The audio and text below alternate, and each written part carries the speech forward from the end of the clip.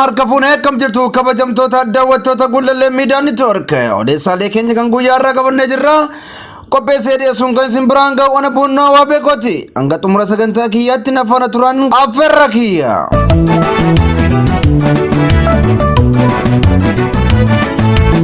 Waraanni bilisummaa Oromoo kutaalee Oromiyaa hunda keessatti opereeshinii geggeessaa jiraachuun himame.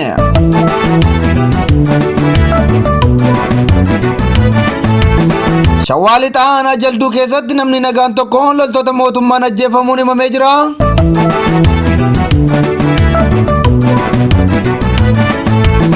Godina Harargee Lixaatti qaamoleen nageenyaa mootummaa yakka namoomaa uummata irratti raawwachaa jiraachuunis beekameera.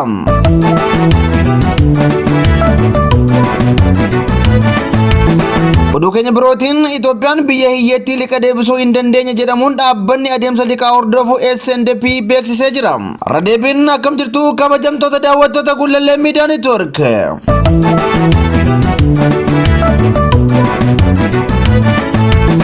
Waraanni bilisummaa Oromoo kutaalee Oromiyaa hundaa keessatti opereeshinii geggeessuu eegalee jira jedhame. Waraanni bilisummaa Oromoo mootummaa Abbaa Irree Itoophiyaa waliin wal waraanaa jiru. Guutummaa Oromiyaa keessatti opereeshinii jalqabuu isaas beeksisee jira. Waggoota 5 darbaniif wal waraanaa kan turan qaamoleen kunneen dhimmoota isaanii karaa nagaan xumurachuuf yeroo lama ol biyya ollaatti wal arganis sababa hin beekamneen araarri isaanii gufachuun ni yaadatama. Yeroo araaraa keessatti mootummaan Itoophiyaa haleellaa waraana bilisummaa Oromoo irratti fudhachuu eegalus aleel deebii irratti raawwatameen loltoonni mootummaa hedduun rukutamuun himamaa jira. Xiiqii fi xiiqeffannaan gara biyyaatti kan deebi'an hooggantoonni waraana bilisummaa Oromoo duula caasaa PP barbadeessuu fi imala gara Finfinnee jechuun opereeshinii jabaa loltoota mootummaa irratti eegaluu dhaabichi ibsee jira. Waraanni bilisummaa Oromoo zoonii giddu galeessaa keessa jiru guyyaa kaleessaa magaalaawwan naannawaa Finfinnee jiran Dukamii fi Aqaaqii dabalatee bakkawwan 21tti haleellaa loltoota mootummaa irratti raawwachuun beekameera. Kanaanis waraanni bilisummaa Oromoo ibsa baaseen opereeshinii waliigalaa waan eegaleef imaltoonni daandii dheeraa irraa of qusachuun of eeggannoo akka taasisan dhaamee jira. Waraanni shanee qawwee caccabaa baattee Gidaamii fi Muggii keessa deemti jechaa kan turan caasaan mootummaa Itoophiyaa Dukamii fi Aqaaqii irraa kan isaan waraanaa jiru eenyu akka ta'e ibsuurraa of qusatanii jiru.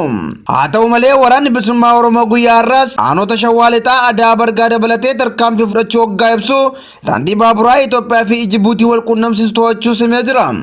To'atamuu daandii murteessaa kanaaf mootummaan Itoophiyaa hanga ammaatti wanta jedhe hin qabu.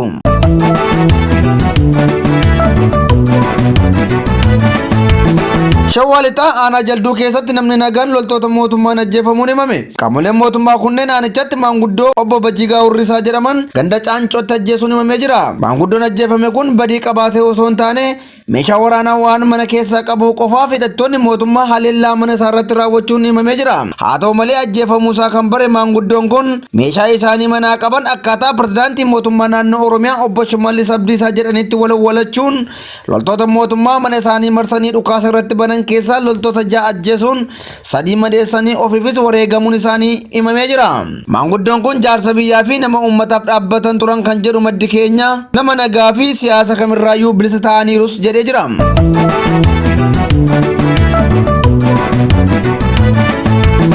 Godina Harargee Lixaatti qaamoleen nageenyaa mootummaa yakka namoomaa namoota irratti raawwachaa jiraachuun beekame. Godina Harargee Lixaa aanaa Ciroo fi Gammachiis keessatti loltoonni mootummaa uummata nagaa dararuun yakka namoomaa raawwachaa jiru jedhamee jira. Loltoonni mootummaa aanicha jiran yakkoota hidhaa jumlaa qabeenya gubuu saamuu fi yakka gudeeddii raawwachaa jiraachuun himamee jira. Akka maddi keenya aanicha irraa nu qaqqabe jedhutti loltoonni kunneen ammeenya garagaraa namoota nagaa irratti raawwataa jiru. Keessumaa immoo yakka gudeeddii raawwachuun namoonni yaaddoo keessa jiru jedhee jira. Qaamoleen mootummaa adaba hin qabne kunneen qabeenya hawaasichaa saamuun alatti yakkoota namoomaa dalaguun haamilee namootaa cabsaa jiru jedheera.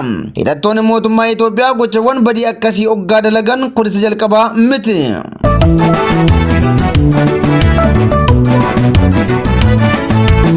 Itoophiyaan biyya hiyyeettii liqii deebisuu hin dandeenye jedhamuun dhaabbanni liqa hordofuu SNDP'n beeksisee jira.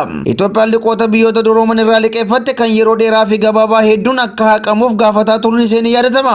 Kanaanis mootummaan Itoophiyaa boondii mataa isaatiin liqii deebisuu hin danda'u jedhamee jira. Kanaanis Itoophiyaan liqaa abbootii kuppooniif deebisuun irra ture doolaara miiliyoona 33 deebisuu dadhabuu isheetiin biyya Afrikaa liqa namaaf hin deebifne ta'uun Zaambiyaa fi Gaanaatti aanuun sadarkaa sadaffaa qabattee jirti. Maallaqi kun akka dheeratuuf bara 2021tti garee G20 gaafachuun isees ni yaadatama. Mootummaan Itoophiyaa maallaqa karaa liqaa fi arjoomiin argatu bittaa meeshaaf oolchuun wal waraansa lammiilee isaa waliin taasisuun kasaaraa jiraachuun isaanii yaadatama.